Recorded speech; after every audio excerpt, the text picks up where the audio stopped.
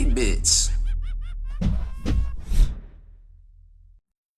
Make sure you stay in the trenches. Help keep our channel ad-free by becoming a supporter over on Patreon and also scoring yourself some free miniature swag in the process. Subscribe to this YouTube channel.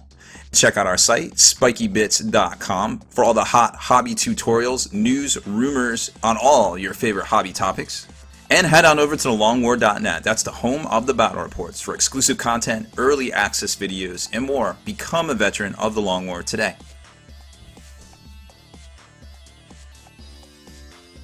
What's up, Hobby Maniacs? Baer here today with a little 40k flashback for you. This is probably going to be a quick one, but you know, it's an oldie but a goodie, I feel like. This is the 3rd edition Codex Assassins, which came out, I want to say, in like 95, 96. Might even be as late as 1997. Actually, no, I take that all back. 3rd edition didn't even come out until 1999. So this was late 90s, early 2000s, probably. I can't actually tell you. We can check for a copyright dating here. But the thing that makes this really cool is this was one of the very first kind of supplement things that actually was game relevant individually. They came in the White Dwarf. Now, of course, there was always, like, you know, the whole chapter approved thing in the White Dwarf where they gave us all sorts of information about, you know, whatever. Like, for instance, they changed the save for the Terminators from nothing to a 5+ in the White Dwarf. Like, they quickly realized that, hey, nobody was buying Terminators, what the heck? Oh, well, they suck now because they don't have invulnerable save. So quickly Andrew Chambers was like, oh, okay, well, here you go. And boom, now they got invulnerable save. So the White Dwarf was cool because it had those, but it also sometimes had features, which we know today. They come with all sorts of features every now and then. You know, you just never really know what's going to come out in the White Dwarf because, you know, they're basically an analog magazine in a digital world, I feel like. But they're still, you know, who doesn't like to pick up a book and take a look at some great painted minis and kind of see what's coming out, you know, the next week. So it's almost like it's their marketing tool in general. So the cover featured some great Wayne England artwork. You know, it's kind of splashed throughout the book here. You know, a fantastic artist, really lended his style nicely to 3rd edition 40k and some 2nd edition stuff. You know, a lot of people remember the very first 3rd edition Chaos Codex that came out with the kind of grinning, you know, Chaos Marine with like the one horn that was coming out the side. That's probably the most recognizable piece of art that he's done. So taking a look inside, you can tell the miniatures themselves haven't changed. Now, we saw the plastic miniatures come out in the Assassin's box. You know, they're great looking minis, but really they're basically like an updated version of the older ones. And the older ones were cool for the time. They were really good looking for their time, actually, because they had two poses for the most part for all of them. There was 2 different Vindicators, or excuse me, 2 different Caliduses. There's 2 different Eversaurs. They were great. They were great looking models, and they were pretty decent in game, which we're going to see right here. So this supplement was written by Gav Thorpe, and it had all the you know, the introduction and then all the rules for the assassins themselves, gaming with them in an assassination scenario for all of the fluff bunnies out there, I feel like. So the intro, basically another piece of Wayne England art talking about what's in here, the basic stat line of the Imperial Assassin, which you're going to see a lot of this is very familiar to you today still even.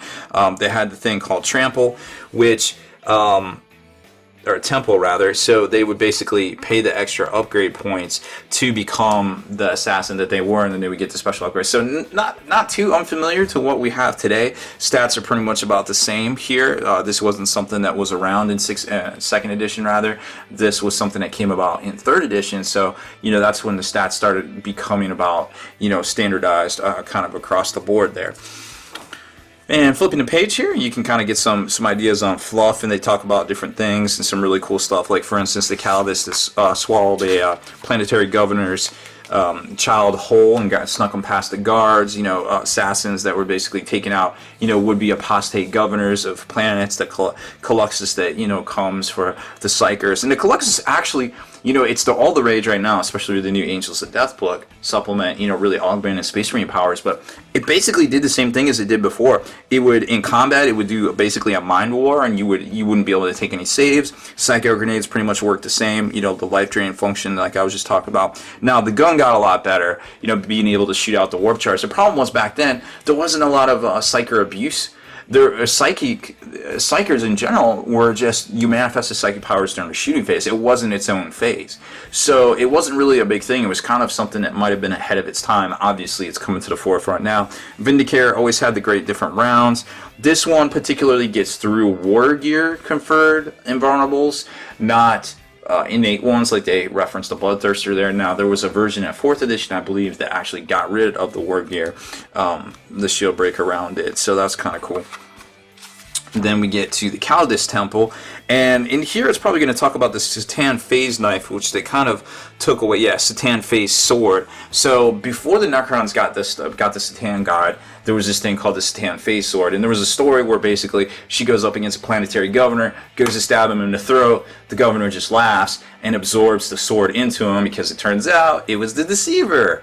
So, well, let's just say that Calidus Assassin didn't make it to Bad Boys 3 and 4, but long story short, they kind of took that piece of fluff and they kind of just turned it into a generic phase knife, and they took away the Satan kind of part of it. So that whole story kind of unwrote the canon, because once the Satan God started becoming a thing in 3rd edition Necron Codex, which was, I guess, about 2003, I want to say it might have been somewhere 2002, somewhere 2003. I forget exactly, but it was right around in there. So this book obviously predated that about 3 or 4 years. So, you know, it got changed. Now, also something to note, the Calidus had the precursor to what we call hit and run today, except for it worked in reverse. You failed on a 1 instead of a 6, but it was very similar, and that was something that you could do. Bounce out, reflame, because the weapon is pretty much the same as it was back in the day, and you could have some fun with combat. So she would just pop up, she would basically be able to attack or use that flamer template and then charge in. She can't do it quite the same today,